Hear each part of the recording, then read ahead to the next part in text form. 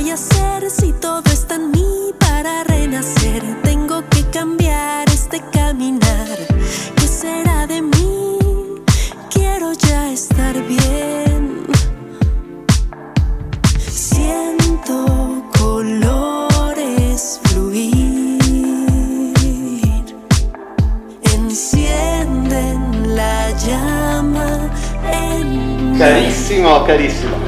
Allora intanto un gran saluto a tutti quelli che si sono collegati o che si collegheranno del gruppo di Mestre Mia. Ci troviamo nuovamente, quindi questo è il primo incontro che facciamo dai fratelli trevisan di Abitare 3, il Corso del Popolo 95, lo sapete, ormai è qualche anno che ci seguite, dunque questo è un negozio di arredamenti e abbiamo questa gentilezza che viene da Alessandro e Massimo Trevisan per fare qui delle nostre dirette, delle rubriche in diretta e vedo che insomma dai, sono sempre ben apprezzate e quindi dai, crea questo bel momento che finalmente riparte.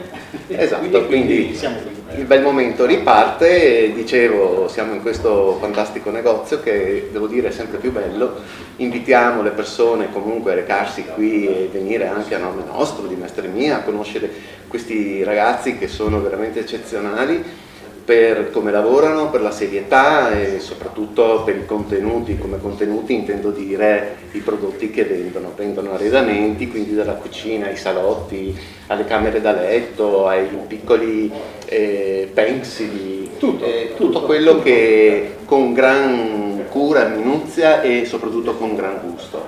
Questo ci tengo a dirlo perché ormai è qualche anno che li frequentiamo e devo dire che insomma la sensazione quando siamo qui dentro è proprio quella di trovarci a nostro agio, soprattutto grazie a loro che sono delle persone veramente splendide e in più penso bisogna dargli del merito perché sono vicini alle tematiche delle associazioni e quello che noi facciamo E vicini a Mestre. E vicini a Mestre, soprattutto vicini a Mestre, perché la nostra è un'associazione diciamo che si dedica a tutto ciò che accade a Mestre e quindi io anzi colgo l'occasione pubblicamente anche per ringraziare te, la tua famiglia, Grazie Massimo. e grazie a voi Per il lavoro. No, grazie invece a voi. Effettivamente. Saluto invece Walter Esposito, giornalista, che oggi ha un ospite di eccezione perché è un ragazzo molto giovane che è stato 2 volte vicecampione d'Italia di Judo Kwai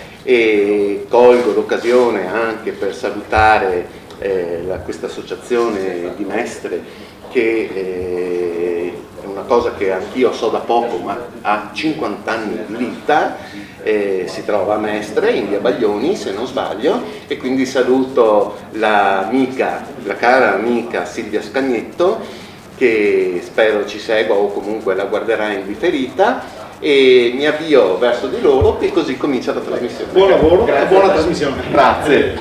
Eccoci qua. Intanto ti do il benvenuto, grazie per essere venuto da noi. Io conosco tuo papà, ho conosciuto anche la mamma. Ciao Walter, grazie. Ciao.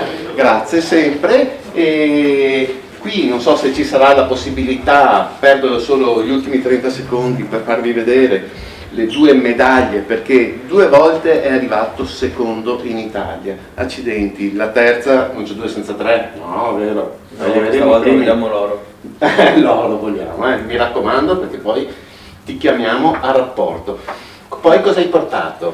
Ho portato i premi che mi hanno dato quando sono diventato cintura nera. Sì. Questa qua è la cintura, questa è la bandiera che mi ha dato il sindaco di Venezia come la foto. Ah, ok, questo è Filippo Armano con il sindaco Luigi Brugnaro che salutiamo anche lui, molto sensibili anche loro verso le attività sportive. Poi cosa abbiamo? Un gagliardetto? È il gagliardetto che mi ha dato l'assessore Matteo Senno. Ah, ok, che poi è consigliere, sì, che salutiamo anche Matteo. E questo è il pass quando ho fatto quinto in Coppa Europa. Ah, vero, ok, bello. Più le altre varie medaglie che ho portato, che ho fatto in giro per l'Italia, oltre ai campionati italiani. Ok, io vi lascio alla vostra chiacchierata e vi ringrazio ancora e buon ascolto a tutti coloro che ci seguono. Grazie e arrivederci. Buonasera a tutti, allora siamo di nuovo con la trasmissione Educazione, Sport e Passione.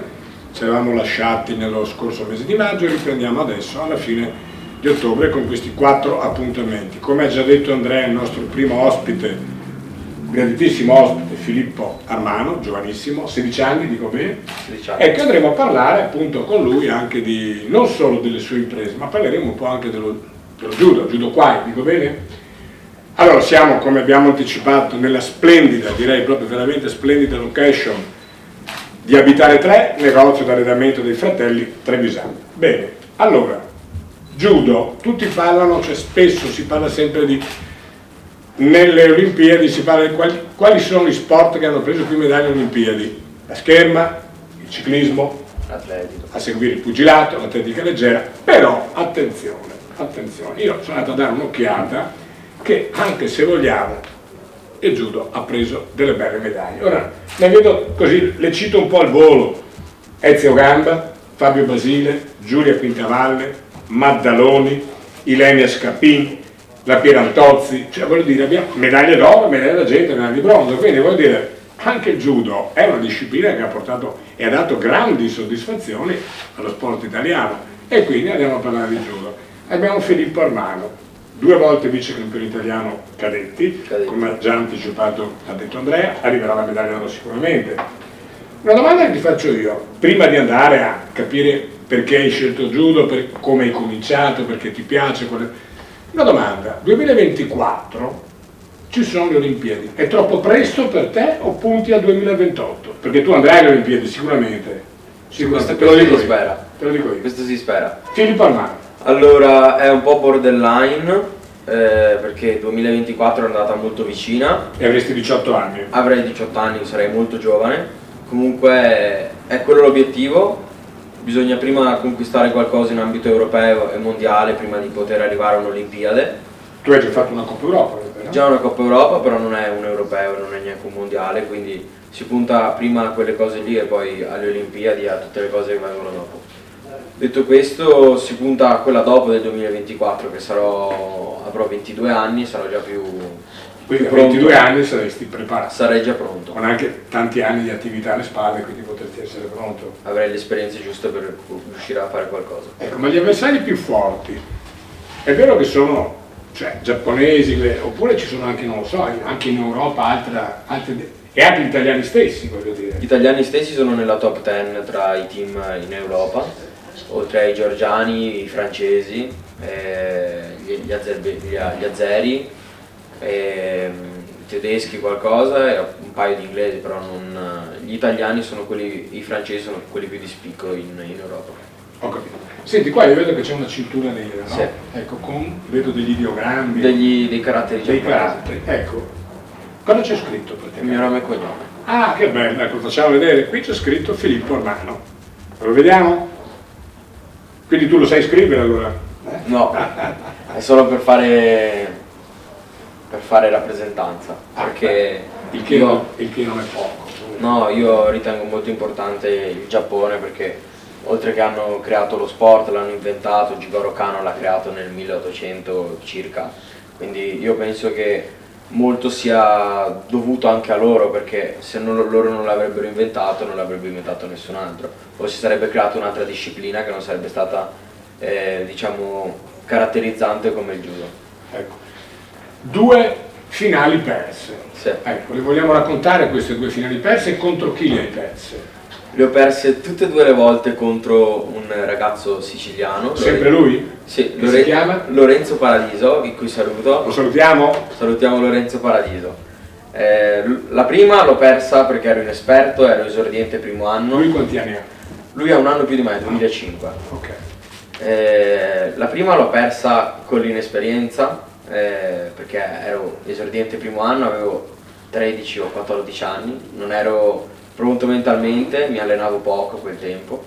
Comunque sono riuscito a fare comunque medaglia, era un obiettivo che mi prefissavo da un paio di mesi prima di fare la competizione e ci sono riuscito. Invece la seconda finale che ho perso... Che è stata quando la seconda finale? A marzo di quest'anno. E dove? A Ostia, al Palapellicone di Ostia. L'ho persa perché quando ho vinto la semifinale, quando tu vinci la semifinale sai già che sei in finale, è medaglia sicura e prendi la cintura nera sicuramente. Io quella finale lì, io la chiamo sempre la finale che non ho mai fatto, perché sono entrato, non ero mentalmente concentrato, quindi l'ho fatta, non essendo concentrato, l'ho perso subito l'incontro, senza esperienza, gli ho regalato l'oro e mi sono giurato che non succederà più. Ecco, quindi questo come si chiama? Lorenzo Paradiso. Ecco, Lorenzo Paradiso, sei avvisato, mi raccomando. Ma ecco, raccontami una cosa, ma l'incontro come si svolge? È riprese tipo il pugilato oppure un tempo unico? Allora, c'è la sconfitta ai punti, vai fuori dal... Allora, gli incontri durano 4 minuti, che poi varia il tempo in base alle categorie di età. Va a riprese, quindi ogni volta che si finisce per terra, diciamo, sul tatami, l'arbitro dà mate, che vuol dire fermatevi, ci si ferma e ci fa rialzare e si riprende da lì. Poi ci sono i punti possono essere anche penalità come gli shido, che puoi perdere per squalifica, a Sokumake. Dopo 3 shido scatta la squalifica, però i punti, diciamo, sono quelli più importanti, perché facendo Vazzari è metà punto, vuol dire che l'avversario cade di fianco o sul gomito a 90 gradi. Invece quando cadi di schiena, è ad esempio quando lo schieni pienamente è il punto massimo, che è Ippon, che equivale a 2 Vazzari. Ippon serve, no? Ippon, vuol dire KO, serve il KO del pugilato ad esempio. E questi sono i punteggi. In antichità c'era lo Yuko, adesso li hanno aboliti tutti, e è rimasto tanto Vazzari e Ippon. Ecco, il tuo maestro vogliamo nominare, dire chi è? Paolo Scagnetto, Giampaolo Scagnetto. Da sempre o prima avevi una... No, prima avevo un altro maestro, sì. Stefano Tringali, che lo saluto, che mi ha trasmesso lui la voglia di far judo, quindi lo ringrazio. Ecco, la voglia di far judo, questa è una bella cosa. Come mai hai scelto tu di fare judo? Prima praticavi altri sport? Ho provato molti sport nella mia gioventù. Quali? Ho provato basket, calcio, ho fatto nuoto agonistico per 10 anni. Ah, perché da bambino? Sì, poi si intrecciavano gli allenamenti e dicevo non riesco a mantenere tutte e due, perché la domenica c'era da scegliere, o fai la gara di judo o fai la gara di nuoto. A me stava sempre piacendo di più il judo, ho detto mi butto solo su quello, basta nuoto, mi ero stufato e ho cominciato a fare solo judo e sono arrivato fino a qua. E quindi quanti anni sono che fai judo? Sono 8 anni che faccio judo. 8 anni? Sono 3 anni con la nuova società e 5 con quella vecchia. Ecco, quindi il judo ti serve anche, secondo me, almeno nel pugilato penso sia così, no? Scrivendo da anni di pugilato, ti serve anche come una disciplina che ti forma mentalmente, autocontrollo, cioè se per la strada trovi una persona che per esempio ti insulta cose di questo tipo, tu diventi aggressivo, riesci immediatamente a fare... Lo ignori. Lo ignori perché se reagisci ci sono conseguenze sulla federazione. Se parte una denuncia tu sai che non puoi più combattere perché ti arriverà una squalifica, quindi cerchi di evitare tutte queste cose. Faccio un esempio dei ragazzi che facevano MMA e che hanno massacrato il ragazzo Willy a Roma. Lì sono proprio veramente banditi da qualsiasi federazione di sport che ci sono adesso. Ecco, una domanda che esula, tu lo conoscevi quel ragazzo che è morto l'altro giorno? Quale? Robert Doria. No, l'ho sentito nominare, ma... Faceva giù da Venezia, mi pare lui. Sì, non lo conoscevo, l'ho sentito di nome, ma non lo conoscevo. Senti, extra judo cosa fai tu? Di cosa ti occupi? Che tipo di studi fai? Studio all'Algarotti di Venezia, sono in terza superiore, faccio 4 lingue. Ecco, ho saputo sta cosa, che parli 4 lingue. Sì, faccio inglese, francese, spagnolo e faccio anche il corso base di cinese. Corso base di cinese? Sì. E come risultati scolastici? Come risultati siamo sulla media del 7, quindi... Poi c'è il progetto del MIUR che ti dà la possibilità di essere studente atleta, sono tutti i vantaggi che ti dà l'istruzione italiana, quindi sono tutti da prendere. Ho capito. Quanti allenamenti fai durante la settimana? Faccio 5 allenamenti a settimana. Dal lunedì a venerdì? Dal lunedì al venerdì e poi vabbè, il sabato ci sono gli allenamenti regionali o la domenica ci sono le gare Tipo ad esempio domani parto per andare a fare una gara in Slovenia. In European Cup, hanno sempre una Coppa Europa, a Koper, a Capodistria. Ma vai con una nazionale o vai con la tua società? Vado aggregato alla nazionale, però vado singolarmente, diciamo. Singolarmente cosa vorrebbe dire? Che sono aggregato alla nazionale, mi seguono i coach della nazionale, però me lo pago da solo, quello è. Ecco, se lo paga da solo, quindi insomma, non è facile allora. No, è solo un fattore economico nel judo, questo è un po' un problema. Quando vinci non è come nel calcio che vinci e prendi i soldi, nel judo devi lavorare tanto per arrivare a guadagnare. Ecco, ma per esempio, adesso sei vice campione italiano, speriamo che diventi campione italiano. Tu puoi portare nella tua divisa uno sponsor scritto, ci può stare oppure una cosa che non si può fare? Allora puoi mettere lo stemino dell'Italia se fai parte della nazionale o vinci i campionati italiani. Però di sponsor è raro trovarne perché diciamo che il judo è un po' lo sport di nicchia dell'Italia. Non è uno dei più praticati e le sponsorizzazioni sono sempre più basse. Quindi è raro trovare uno sponsor.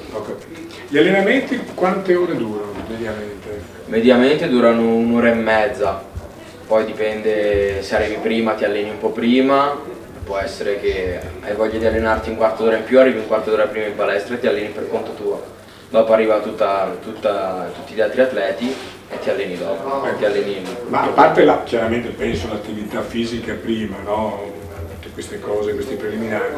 Farai anche degli incontri, ma trovi avversari perché tu sei piuttosto ben messo, non so se tu sei peso oltre i 90 kg penso. Sì. E trovi avversari in palestra, tuoi amici, cioè tuoi compagni con i quali puoi fare... Che pesano quanto me? No, mi alleno principalmente con mio fratello. Ah, hai un fratello che fa judo? Ho un fratello che fa judo, siamo tutti e due judoka. Lui è cintura nera anche lui? È cintura marrone lui, è stato complice di parecchi infortuni, quindi non è mai riuscito a imporsi in campo nazionale, però è un obiettivo che si è porso, io lo E anche lui è la tua stazza fisica? Sì, quindi ci alleniamo insieme e mi trovo molto bene. Ti trovi bene. Chi vince di solito in allenamento? Non si dice. No dai, diciamolo! Sono io di solito. Di solito sono io. Si chiama tuo fratello? Federico. Ecco, Federico non preoccuparti, perché l'ha detto anche con una certa simpatia, quindi voglio dire. Senti, cosa possiamo dire ancora? E obiettivi, a parte questo benedetto titolo italiano, però? Le Olimpiadi. E cosa proveresti? Cioè, quando tu le hai seguite le ultime? Sì. Dove abbiamo avuto, mi pare, se non sbaglio, no, forse le ultime no. Le ultime abbiamo avuto, abbiamo avuto 2 medaglie, Odette Giuffrida. Odette Giuffrida, è vero, sì. E Maria Centracchio. Che ha vinto l'argento la Giuffrida, vero? No, allora ha vinto l'argento a Rio 2016 e ha vinto il bronzo a Tokyo 2020, insieme alla Centracchio. A Tokyo 2020.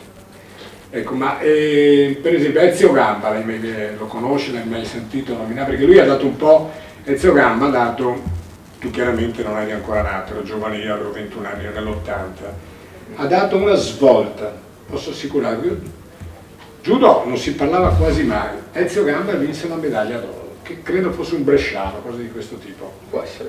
Non l'hai mai sentito, mai visto in qualche Sì, filmato? Ezio Gamba è stato l'allenatore della nazionale russa. Sì. Quindi sì, seguivo molti stage che faceva, mi facevo insegnare io mi faccio insegnare dai migliori, perché penso che dai migliori impari le cose che ti aiutano a crescere e a migliorare le proprie conoscenze.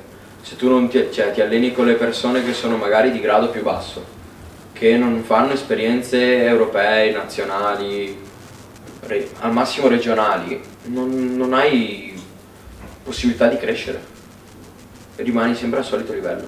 Ho capito.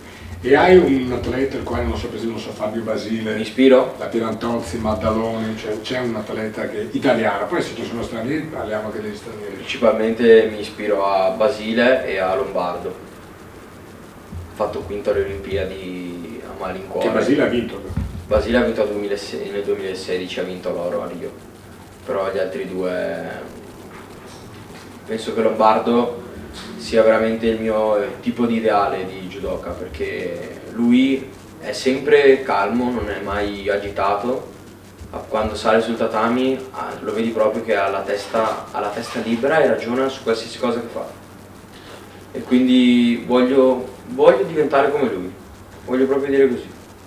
Beh, è già una bella cosa questa, è già l'idea molto chiara di sé. Ecco, senti, ma per esempio campionati europei, campionati mondiali, sì. Per arrivare c'è una selezione prima oppure no? Devi vincere allora, ci sono selezioni, come funziona? Allora funziona che fai le Coppa Europa, pagate ovviamente dalle famiglie. Ah, neanche quelle paga? No. La federazione non tira fuori un soldo. Abbiamo sentito questo? Ecco, diciamo. Se tu fai podio, tipo fai terzo, sì. Se fai quinto non ti guardano neanche, devi fare terzo, secondo o primo. E lì è sicuro che ti chiamano per fare, faccio un esempio, quest'anno ci sono stati gli EIOF che li hanno recuperati da 2 anni fa. Che sarebbero? Sarebbero i giochi europei olimpici giovanili. È una bella esperienza, li ho visti per televisione. Fa brutto guardarli in televisione e non essere lì, perché li ho visti ed erano tanto belli. Beh, ma magari ci andrai anche tu, no? Saranno l'anno prossimo e quindi l'obiettivo... Faremo tutto il tifo per Filippo Ormani. L'obiettivo è fare medaglia entro giugno dell'anno prossimo, in una Coppa Europa. Se non ci riesco so già che non mi chiamerà. E mondiali è uguale? Stessa cosa. Poi ai mondiali c'è il fattore che se ti chiamano magari a un EIOF o a un europeo, devi fare bene o devi far capire che hai voglia di fare, che ne so, arrivi tipo ai quarti di finale, perdi, vinci un recupero, perdi ancora, vai settimo, non importa, vedono che ci hai messo la voglia, la cattiveria, la testa, può essere che ti chiamano anche per i mondiali. Ecco, hai usato un termine, la cattiveria. Sì. Ecco, cosa vuol dire la cattiveria? La cattiveria non è come nel pugilato che vedi tipo Mike Tyson che ha la cattiveria di ammazzare tutti. La cattiveria è agonistica, il fatto di essere aggressivo, anche andare a fare le prese, a proiettare, a cercare lo strangolamento, la leva. Quella è la cattiveria agonistica, non è la cattiveria. Vado là, gli tiro un pugno, gli faccio il sangue da naso, non è quello. Ecco, lo strangolamento, Sì. Spiegaci lo strangolamento come funziona. Allora, lo strangolamento può avvenire tramite il proprio corpo verso l'avversario, ad esempio usi l'avambraccio per schiacciargli il collo, quindi gli fai mancare la respirazione. La leva invece è più, usi sempre il tuo corpo per magari fare una leva al braccio, al gomito, metterlo in iperestensione e dopo cerchi di buttargli fuori il gomito. Fa male, anche se non la prendi, però fa male il fatto che è in iperestensione. Senti, al di là proprio dello sport, hai degli hobby, anche se sei, ripeto, parecchio, hai degli hobby, se ti piace la musica, il cinema, ti piace, non so, giocare a biliardo, ti piace giocare a carte, a scacchi? Allora, i miei hobby principali sono ascoltare la musica tanta. Che musica? La musica rap, trap italiana, anche americana, mi rilassa. So che non rilassa tanta gente perché sono tutti beat che sono forti, però a me rilassano. Tu quindi riesci a allenarti anche con le cuffie? Sì, mi dà il ritmo per allenarmi meglio, mi dà il ritmo. Quindi se mi alleno con le cuffie è un po' improbabile perché è uno sport di contatto, quindi le cuffie vanno via, però quando ad esempio vado a correre mi metto le cuffie e la musica mi dà il ritmo della corsa. Ho capito. E come alimentazione, siccome sei ben alimentazione... Tipo tua mamma è brava cuoca? Sì. Sì. Ha preso tutto dalla nonna. Ah, da tua nonna? Sì. Ho capito. I manicaretti che ti preparava la nonna quali erano? La lasagna, la peperonata, la parmigiana, me ne prepara ancora. Tua nonna, sì? Sì. Mamma della mamma o mamma del papà? Mamma della mamma. Mamma della mamma. E quindi ecco che la mamma ha preso... E tu sai cucinare? Sì, a me piace più mangiare. Beh, beata la sincerità, beata la sincerità. La sincerità paga, non dica. Ma ti tieni a pranzo e cena oppure... Diciamo che quando mi alleno, quindi sempre a pranzo preferisco mangiare i carboidrati, però la sera per recuperare, diciamo, le proteine, le vitamine che ho perso, mangio ad esempio una bistecca, un petto di pollo con le verdure a parte, condite o non condite, non importa, basta che sia commestibile. Ho capito.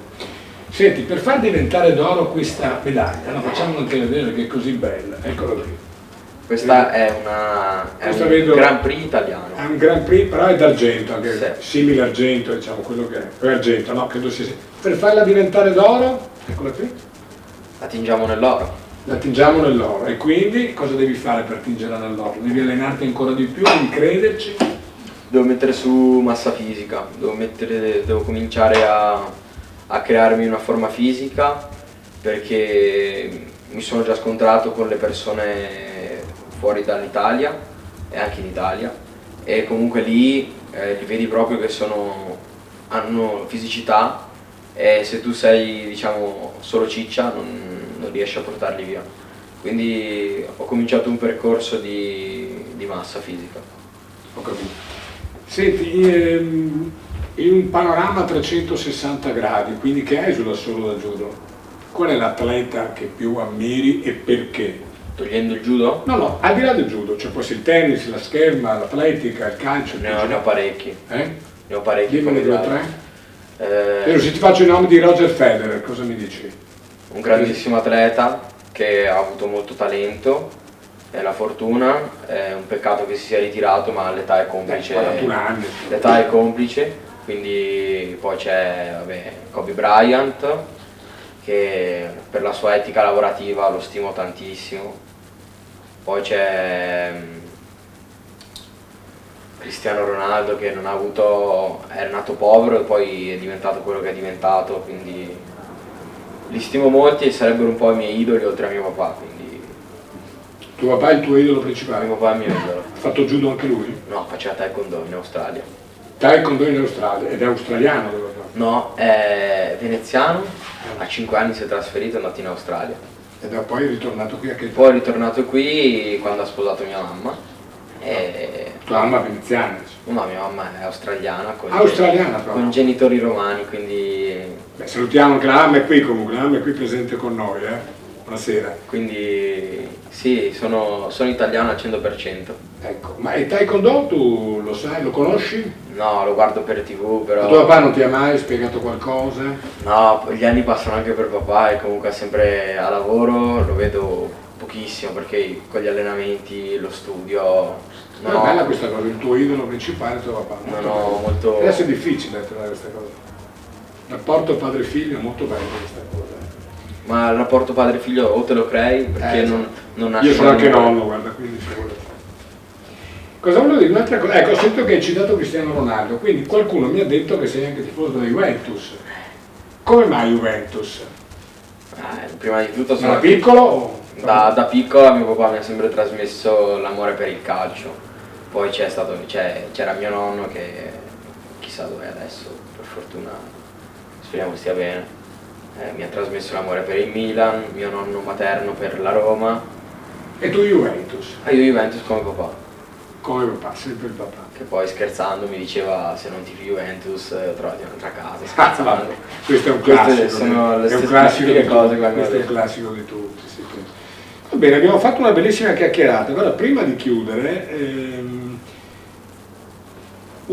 c'è una cosa che vorresti dire, una cosa che ti piacerebbe dire, non lo so, una cosa a cui ci tieni tanto e che magari non hai mai avuto modo di poterla esprimere. Sì. Allora... Visto che, ripetiamo, c'è anche la mamma in sala, che è qui. Esprimo il pensiero che tutti i ragazzi dovrebbero inseguire i propri sogni, indipendentemente dalle virtù che vengono concesse dai propri genitori.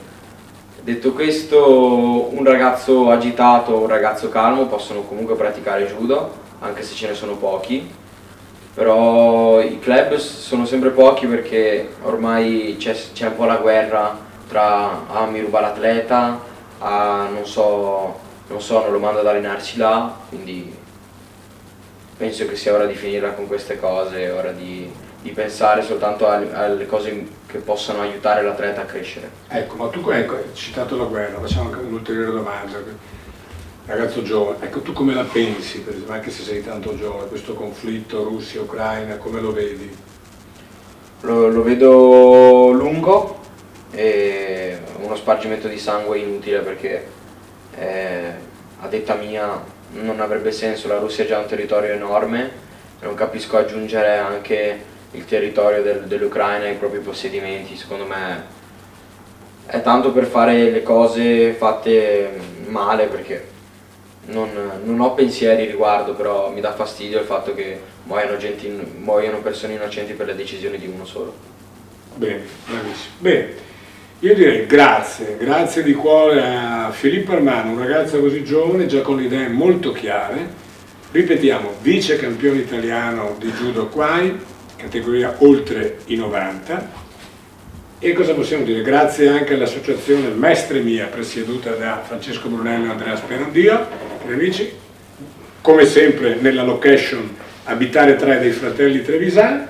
A me non resta che salutarvi e darvi appuntamento al 10 novembre per la prossima puntata, prossimo episodio di Educazione, Sport e Passione. Non riveliamo il nome del prossimo ospite perché ancora non lo sappiamo. Buona serata a tutti. Buona serata, arrivederci.